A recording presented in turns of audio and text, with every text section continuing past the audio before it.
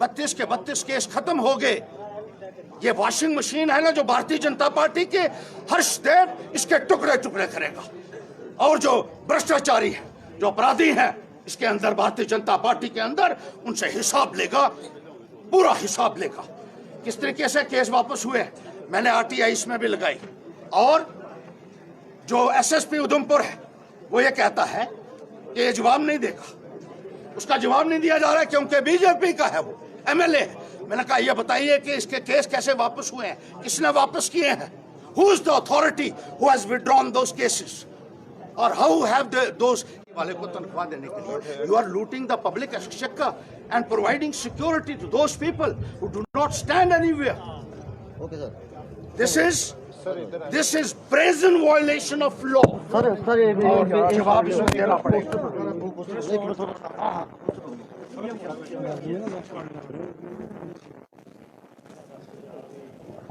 तो आप जो तस्वीरों में देख रहे हैं, farmer education minister Harshdev Singh जो है वो इस वक्त जम्मू पहुंचे हैं, सेक्रेटरीट के बाहर इस वक्त एहतजाज कर रहे हैं। आप सभी लोग जानते हैं, पोस्टर्स लेके जो है इस वक्त आप देख लीजिए, ये तस्वीरें आपकी स्क्रीन पर जो है, जहां पर आज हाउस का 7वां दिन है और आज आप देख रहे हैं। देखिए, भारतीय जनता पार्टी के लोगों को जिस तरीके से कानून से ऊपर माना जा रहा है, यहाँ 10 साल से उन लोगों ने इतनी गुंडागर्दी मचाई हुई थी, लेकिन अब नई सरकार आई है, हम उम्मीद रखते हैं कि इनकी गुंडागर्दी के खिलाफ कोई ना कोई एक्शन लिया जाएगा। और ये लोग जो है, they seem to have been provided immunity from any action under law, despite their corruption, despite their criminality, their wanton criminality।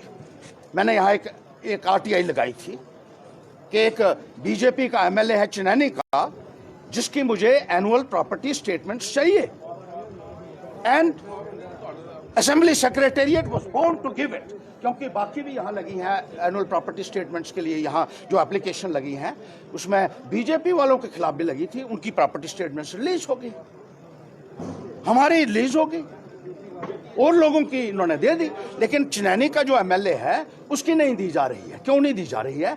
मैंने सेक्रेटरी से पूछा, मैं कश्मीर गया स्पेशली, मैंने कहा मुझे एनुअल प्रॉपर्टी स्टेटमेंट चाहिए असेंबली लगने से पहले, जब सेक्रेटेरिएट कश्मीर में था, उसने इनकार किया।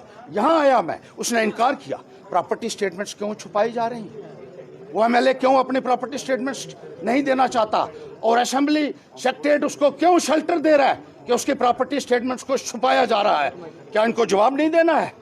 Are you not bound by the law? Are you above the law? You cannot be allowed to float above the fray। याद रखिएगा, आपको जवाब देना पड़ेगा।